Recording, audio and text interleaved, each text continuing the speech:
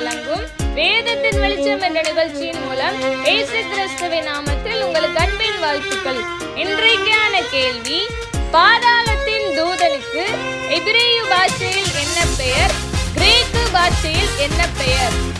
பாதாளத்தின் தூதனுக்கு எபிரேய பாஷையில் என்ன பெயர், கிரேக்கு பாஷையில் என்ன பெயர்? ஆப்ஷன் ஏ எட்டி Apollyon, option B Apollyon Armageddon, option C Abaddon அப்பொலியோன்.